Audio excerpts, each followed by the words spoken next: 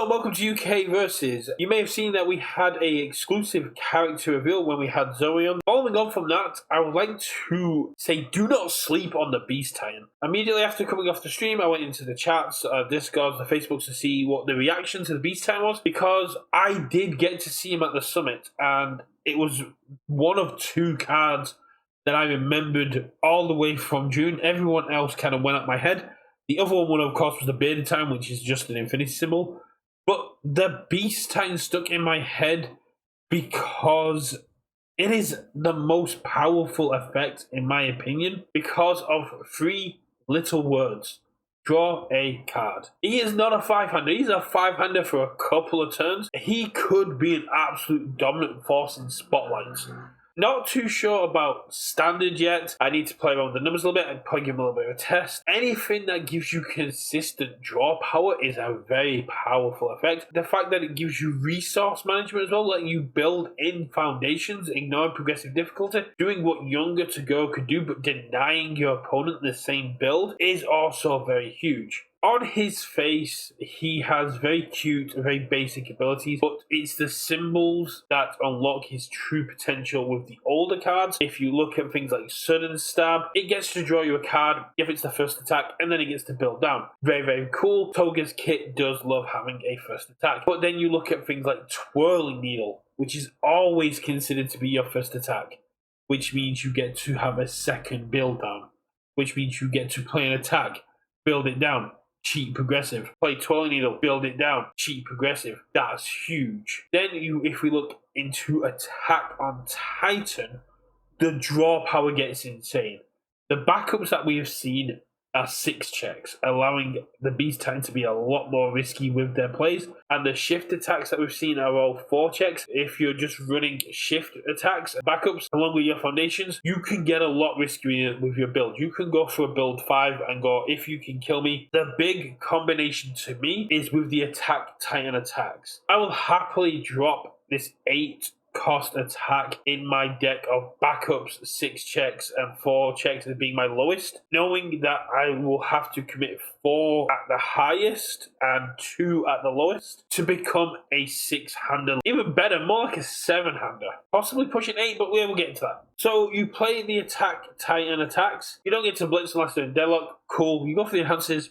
Attack resolves. You go response. My first attack has resolved. I will build it down, shift, and then a Titan backup has entered my stage. I will draw a card. Then I will go, oh, Attack Titan has a form.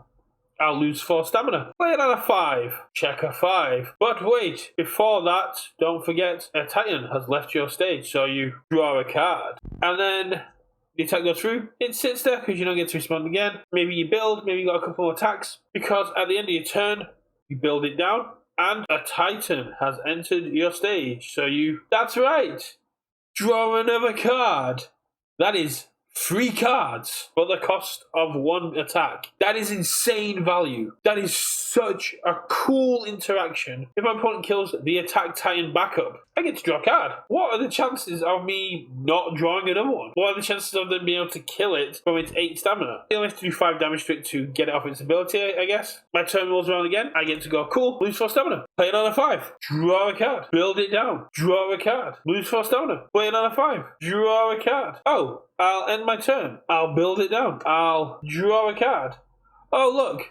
I just drew 4 cards and did not play a single card from my hand. That is insane. The Beast Titan is not a 5-hander. He starts off as a 5-hander, and I think if it wasn't for the Godzilla the matter, I've been able to go, I can do 33 turn 2. The Beast Titan would be an absolute powerhouse, and it is one I do want to try, and is definitely one I'm going to be trying out in Spotlight. And if I sit there on a draft and I go, oh, I got a Beast Titan. Oh, I got an Attack Titan attacks.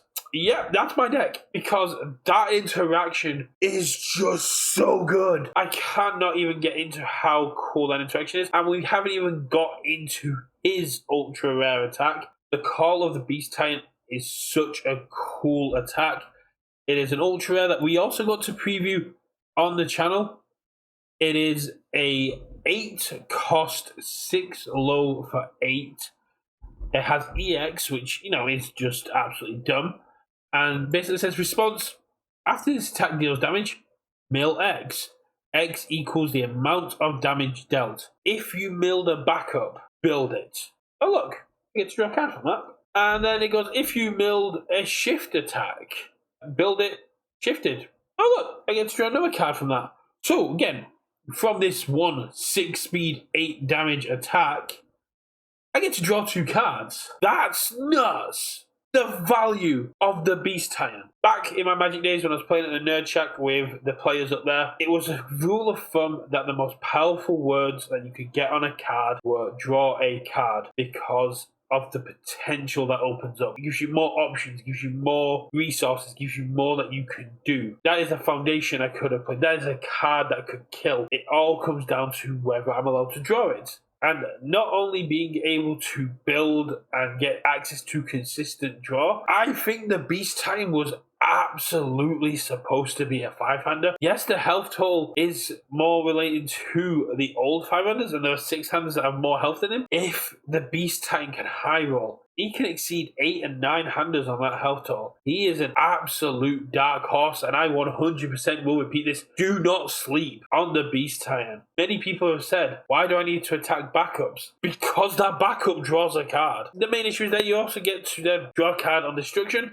But that's my point. You deal with the threats of the Beast Titan. They draw a card. You let them do what they're doing and go, I'll just race them. They get to draw more cards. They will always have more options. This is such a cool concept, and it allows for such consistent card draw. There are very limited cards that you can use to interact with that, and even if you can pull them off, they generally say during this attack. The problem you have there is the Beast Titan draws when it leaves, so before it gets played, and draws after it's built down on resolve or at the end of the turn. So cards like Barrier Shield and the new Midnight card can't really stop you from drawing, and even Can't Escape Me is limited by non-character effects. So this is the most consistent and clean way to draw that is kind of uninteractable with. Your opponent can just keep drawing cards. It cannot even be stopped by the great and powerful Nezu because it's a character ability. It is so insane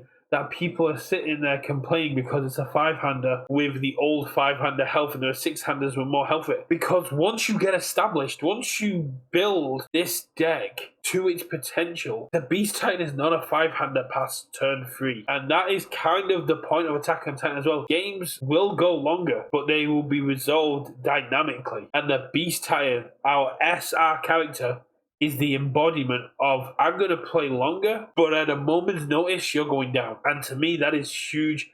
It is a great representation of the set, and it is a great representation of the character itself. Let me know what you think. Are you a Beast Titan hater? Are you a Beast Titan lover? Do you think I'm onto something with this constant loop and card draw? Does that phrase, draw a card, mean as much in Universes as it did in Magic? Let me know what you think in the comments below. Stick around for more videos, and I will see you there. Bye!